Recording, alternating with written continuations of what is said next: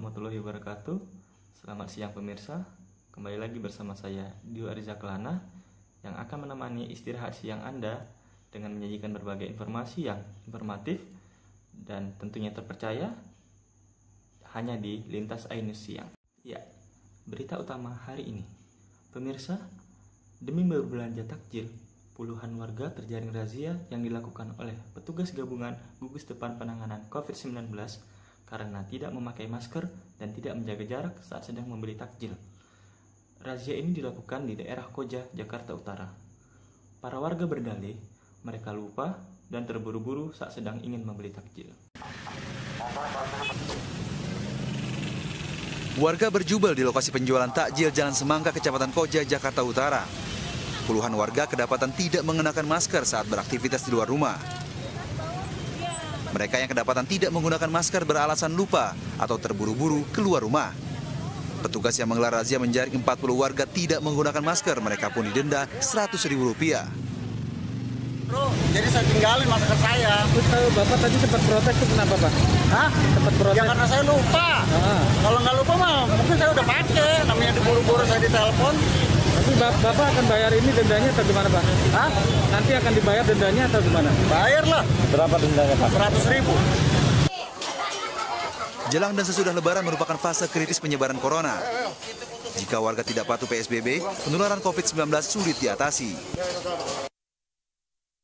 Kemarin mencatat rekor jumlah positif corona di Indonesia mencapai 693 kasus baru. Saat ini kasus positif corona mencapai 19.189 kasus, tidak kurang 4.500 pasien sembuh dan 1.242 orang meninggal dunia.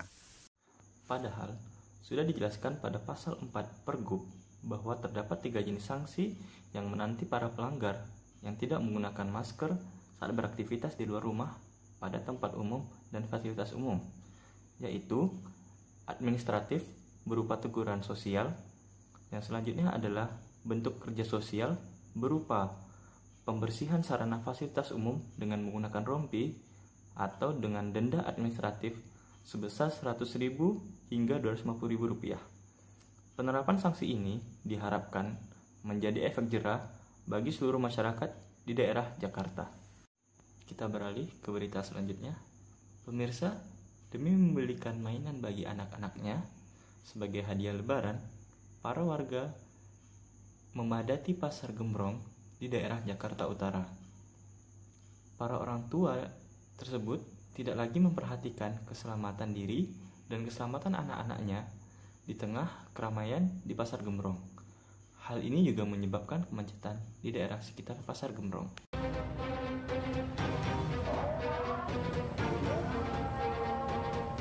Di Pasar Gembrong ini menjual berbagai mainan, mulai dari mobil remote control, drone, boneka, hingga tembak-tembakan.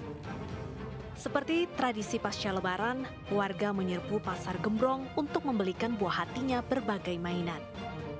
Namun disayangkan, dalam masa PSBB, warga yang berbelanja tidak menerapkan physical distancing dan banyak yang tidak memakai masker. Mereka pun bisa terancam penyebaran virus COVID-19. Menurut salah satu pembeli, ia tidak takut dengan adanya COVID-19 demi membelikan mainan untuk buah hatinya. Ibu nggak takut Bu? Ini kan berkerumun gini takut ada COVID-19 nggak Ibu? Kan Ibu bawa anak kecil atau bagaimana Ibu? Enggak lah, nggak apa-apa. Nggak apa-apa ya, biar anak senang atau bagaimana nih Bu? Ya, kan setahun sekali. Senang sekali Bu. Menurut penjual mainan di Pasar Gembrong, omsetnya tahun ini turun hingga 50% akibat COVID-19. Tahun ini kan ada pandemi COVID-19 Bang. Ini untuk penjualan mainan di Pasar Gembrong ini menurun apa naik Bang? Turun drastis. Persen penurunannya Bang? 50% kurang. 50% itu. Kalau untuk harga sendiri ada kenaikan nggak Bang? Untuk harga masih standar. Tapi yang diburu sekarang apa nih Bang? Yang pembeli Bang? Kebanyakan sih remote RC. Remote RC.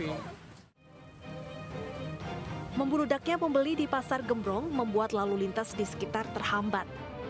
Namun yang perlu diperhatikan oleh pengunjung Pasar Gembrong adalah disiplin memakai masker dan jaga jarak untuk mencegah penyebaran virus corona. Ya, pemirsa, demikianlah berita Lintas Ainus Siang pada hari ini. Kami segenap kru yang bertugas mengucapkan mohon maaf apabila ada terjadi kesalahan. Kami pamit undur diri. Wassalamualaikum warahmatullahi wabarakatuh.